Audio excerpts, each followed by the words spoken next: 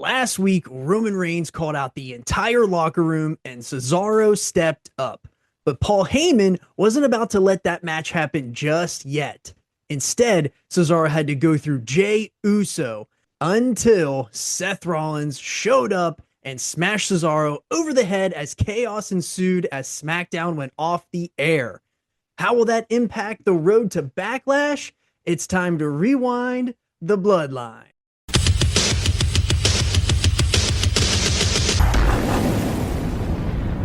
If you are new here, don't forget to acknowledge us. Go back and check out the WrestleMania episodes and last week's episode to catch up on everything as we head towards WWE Backlash. And we left off last week with a major twist. Seth Rollins, not Roman Reigns, attacks Cesaro.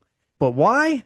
Let's find out what happened on the next Smackdown that was from April 23rd, 2021. And we open with the highlight package of last week's ending. It cuts to Cesaro waiting in the ring, and here comes Seth Rollins. Burn it down! Seth takes credit for launching Cesaro into the spotlight, but says, "This isn't over." Cesaro challenges him to a match, but before Seth can respond, Jey Uso enters. Jey says Cesaro doesn't belong in the ring with Roman and he's gonna prove it, but Seth talks Jey into teaming up against Cesaro and they start to surround the ring until Daniel Bryan's music hits. And we haven't seen Bryan since he was stacked at Mania by Roman, and Bryan says that Seth came out because he can't handle losing. You came out probably because Roman just told you to. But Bryan, he's here because Cesaro deserves a fair shot. Bryan says Roman is only where he is because of his family, and Cesaro never gets those opportunities. Bryan continues to antagonize Roman, saying that he won't come out, but Roman finally arrives with Heyman, and all four men are having a stare down on the ramp. And this was such a great moment. Roman is wearing the smash 'em, stack 'em, and pin 'em shirt, and he points to the bottom as he mocks Daniel Bryan. You're the guy on the bottom. That means you're a loser. He calls Cesaro a casino loser, a loser with bad luck, and he calls Bryan a stupid loser. When you're surrounded by people who want to whoop your ass. Roman then wishes him luck, and we've got a match. It's going to be Daniel Bryan and Cesaro versus Seth Rollins and Jey Uso, and that match is next. And we come back, and there is chaos in the ring as the bell rings. Bryan and Jey start. Cesaro hits a one-handed vertical suplex. Seth tags in, works Cesaro into the corner, and the heels take control. Seth's diving DDT is countered into a backbreaker. Bryan tags in, lands a yes kicks, and a bridging suplex for two. He sets up for the Psycho knee, but Seth catches him into a Bronco Buster, and Jey blind tags in, and he lands the Uso splash. On the outside, Seth and Jey hit a double team suplex on Cesaro. We go to commercial and we come back, and Bryan is tied up in the ropes. Seth and Jey are able to keep control of the match, but Bryan finally hits his signature backflip off the turnbuckles. He hits the ropes and both men collide with a huge crossbody. Cesaro gets the hot tag and he hits a huge clothesline and teases the swing, but Jey counters. Cesaro lands the corkscrew uppercut again, just like he did last week. Seth and Bryan are brawling on the outside. Bryan hits a big tope onto them. We come back from break again, and Cesaro has Seth in the sharpshooter, and Jey is able to break it up as he goes for the splash, but he gets hit with an uppercut, and then I don't need this. A pivotal moment in the match here. Seth walks out. He's done. Jey is left alone in the ring. Cesaro hits a superplex onto Jey. Bryan follows that with a psycho knee for the win. And post-match, Bryan grabs the mic. Roman! Jey tries to attack him, but Cesaro puts him into the swing. And Bryan counts the rotations and yells for more. 7, way behind right now. 8. But Roman doesn't come out. And the message is clear here. They want to eliminate Jey from Roman's backup plan. Because with Jey gone, Roman has no shield. And they just continue to swing and beat up Jay, and Roman never comes. So later backstage, Jay is limping around, and Kayla asks him how he's doing, and he says he's tired of the disrespect to the head of the table. Later on, Kayla asks Paul Heyman if Roman will accept Cesaro's challenge. Paul says on the island of relevancy, Customer satisfaction is the #1 priority on the island of relevancy. and he gives a spoiler we'll hear directly from the tribal chief before the night ends. So we go to, with about 6 minutes left in this SmackDown, Cesaro and Bryan are in the ring. Roman makes his entrance, and he is not happy. You gonna challenge me? Roman says Cesaro doesn't deserve it. He didn't earn it. My answer's no. It'll always be no. Roman issues the challenge to Bryan instead. The challenge goes to you. One more shot, but if Bryan loses, I don't ever want to see your face on my show again. I don't ever want to see you floating around SmackDown. and Bryan walks up, I accept. and Cesaro does look a little bit confused here because he really wants Bryan to accept this, and Bryan is a little hesitant at first because he doesn't really want to take that spot, but as soon as Cesaro gives him the go-ahead, he takes it. At the same time, we just spent last week, too, building Cesaro, and they spent literally so much showtime. I talked about it here last week on the channel, and now they just gave it to Daniel Bryan. And this is a monumental match because if Bryan wins, he becomes the Universal Champion. But if he loses, he is banished from SmackDown forever. So there are real stakes, and I am ready for this. So we got a big match next week, and let's jump right into it. It is the April 30th, 2021 edition of SmackDown. We get to about 16 minutes into this episode, and Kayla is interviewing Daniel Bryan. He says he is at peace with his decision. This is what I've always wanted. A fair fight, one-on-one against Roman Reigns for the Universal Championship. And Bryan promises to give Cesaro the first shot if he wins. And as soon as Bryan said that, it was an immediate red flag for me because Roman doesn't plan like that. He reacts. And that's why he has the wise man. Heyman does all the planning and handling of things. Roman shows up and wins. We cut to Seth Rollins as he gives his prediction on the match for tonight. He picks Daniel Bryan in an upset. There are other superstars littered throughout the entire show. We see Booker T, Shinsuke, New Day, Miz, and Baron Corbin. And so we jump into the second hour. Kayla waits outside of Roman's locker room, and Paul Heyman cuts a killer promo, again mocking Bryan's yes chance. This is the night that Daniel Bryan solidifies his legacy. He's the one to beat Roman Reigns.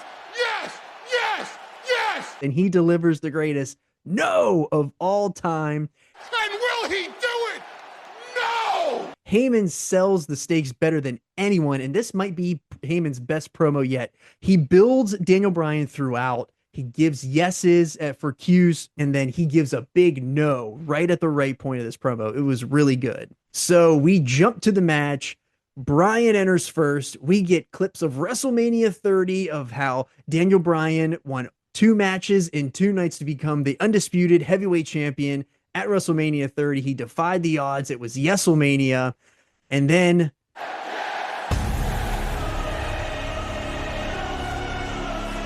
Roman Reigns comes out, his new music hits, and this is it. This is the final step away from the big dog. Roman is now fully the tribal chief. Teddy mentioned this back around the Royal Rumble show on a Dirt Sheet Beach segment, that Roman was looking for new music, and it's finally here.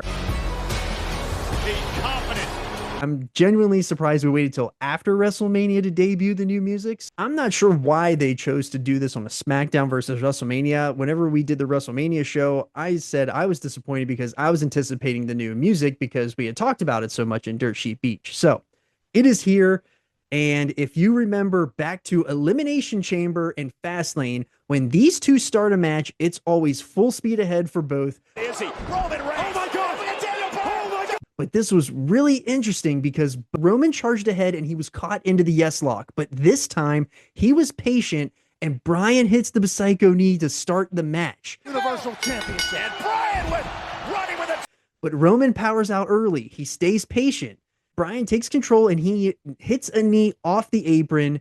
Back in the ring, Bryan lays in yes kicks. Roman fires back with a huge clothesline. And Roman slows the pace down. Bryan continues to fight back and he goes for a top rope Hurricane Rana, but Roman catches him and he nails a top rope power bomb for 2. Roman lands the big knees. Bryan slips out and posts Roman. He's able to hit a top rope back suplex, which this was a huge part of the match. That was a great maneuver by Bryan here. He hits the yes kicks again. Roman ducks out. He lands a Samoan drop. Bryan super kicks Roman mid Superman punch, and he's working Roman's arm, which is really smart. On the outside, Roman delivers a huge belly-to-belly suplex onto Bryan. He goes for a spear, but crashes into the barricade, and Bryan slips out of the way as we fade into commercial. We come back from commercial. Bryan is flying through the air and lands a diving headbutt for 2. Bryan is setting up for the Psycho knee, but Roman hits a Superman punch, and Bryan barely kicks out at 2.99. Roman is now ready for the spear, but Bryan rolls through into a cradle for a near fall. Bryan gets up, he hits the running knee, he goes for the cover, and as the ref is going for the 3 count, Now by Bryan, it's over. Reigns gets his foot on the... Roman gets his leg on the bottom rope to break the count. Bryan is kicking Roman's head in. He transitions that into the crossface, and Roman rolls that into a pin for a 2 count. Roman pops up. He hits a devastating spear, but Bryan again kicks out. And the one thing I want to point out here about the counter, that up until this point, Roman has had no counter for the yes lock or the crossface, other than brute force. That's the only thing that he has. But this shows a more savvy, a more polished mat wrestler, and he is growing his toolbox right before our very eyes to get out of that. Now, I thought that was a really good point. So later on in the match, Roman goes for the choke, but he doesn't quite get it sunk in, again because Bryan was working over that arm earlier in the match and he couldn't squeeze hard enough. So Bryan is able to slip out into an arm bar that leads into a yes lock, and Roman is crawling to the ropes, but Bryan rolls him back into the center of the ring. Roman uses his brute force to get out of it, and he just rains down punches and power bombs. He is furious. And the nice touch that I have here, and I have to give it to Cole for pointing it out, was Roman predominantly gives that choke with his right hand. Roman Reigns switched to the left arm. Reigns switched to the good arm. And since Bryan has been working over that arm the entire match, Roman switches to the left arm to choke out Bryan. Daniel Bryan may be out of here. It's just the subtle little things that make all the difference here, but the larger story is that Bryan is barred from SmackDown forever. Roman retains, Bryan exiled from SmackDown, and here's the ironic part of all this. Bryan has made this entire story about how he was able to tap out Roman Reigns 2 times, and he vowed to make him tap one last time, and it ended up being Bryan's fate. That was very poetic, if you ask me. So Roman isn't done. Roman grabs chairs and he's going for a concerto to finish him off, but Cesaro runs down. He hits Roman with an uppercut and an absolutely destroying Roman with a running uppercut into the barricade, and Cesaro is completely unhinged at this point. He throws Roman into the ring, but Jay grabs Cesaro. He lays him out with a super kick. Jay then ties Cesaro up in the ropes like it's 1998, and Roman smashes Bryan with the concerto as Cesaro is forced to watch his friend get beaten into a pulp. So we now have the angle, and this is one of the best SmackDown matches that I can think in history. There were stakes, there was drama, there was violence, and a shocking emotional ending. And that's where we're going to leave things. Daniel Bryan out of time, out of chances, and maybe out of SmackDown forever. But what do you think? Was it the right ending for Daniel Bryan's story here, or should things have gone differently? Drop your thoughts in the comment section. I want to know what you think, if Roman earned it or if he just barely escaped it. So that was part 28 of the Bloodline Rewind. We will be back next week with the May 7th and the May 14th SmackDowns, and they are the final 2 shows before WWE Backlash, which is its very own standalone show. Nothing new here on the channel, but before we close out, we just want to remind all of our listeners to continue to send your love and support and your prayers to the Mongoose family. We're thinking about you guys, and you're certainly missed here on the show, Teddy. So if you are new here, you made it this far into the episode, hit that subscribe button, hit the like button, and let us know in the comments what you thought about this episode, and what do you think about Daniel Bryan being exiled from SmackDown. And with that, I'm Johnny Bake Show, and we just called it in the ring.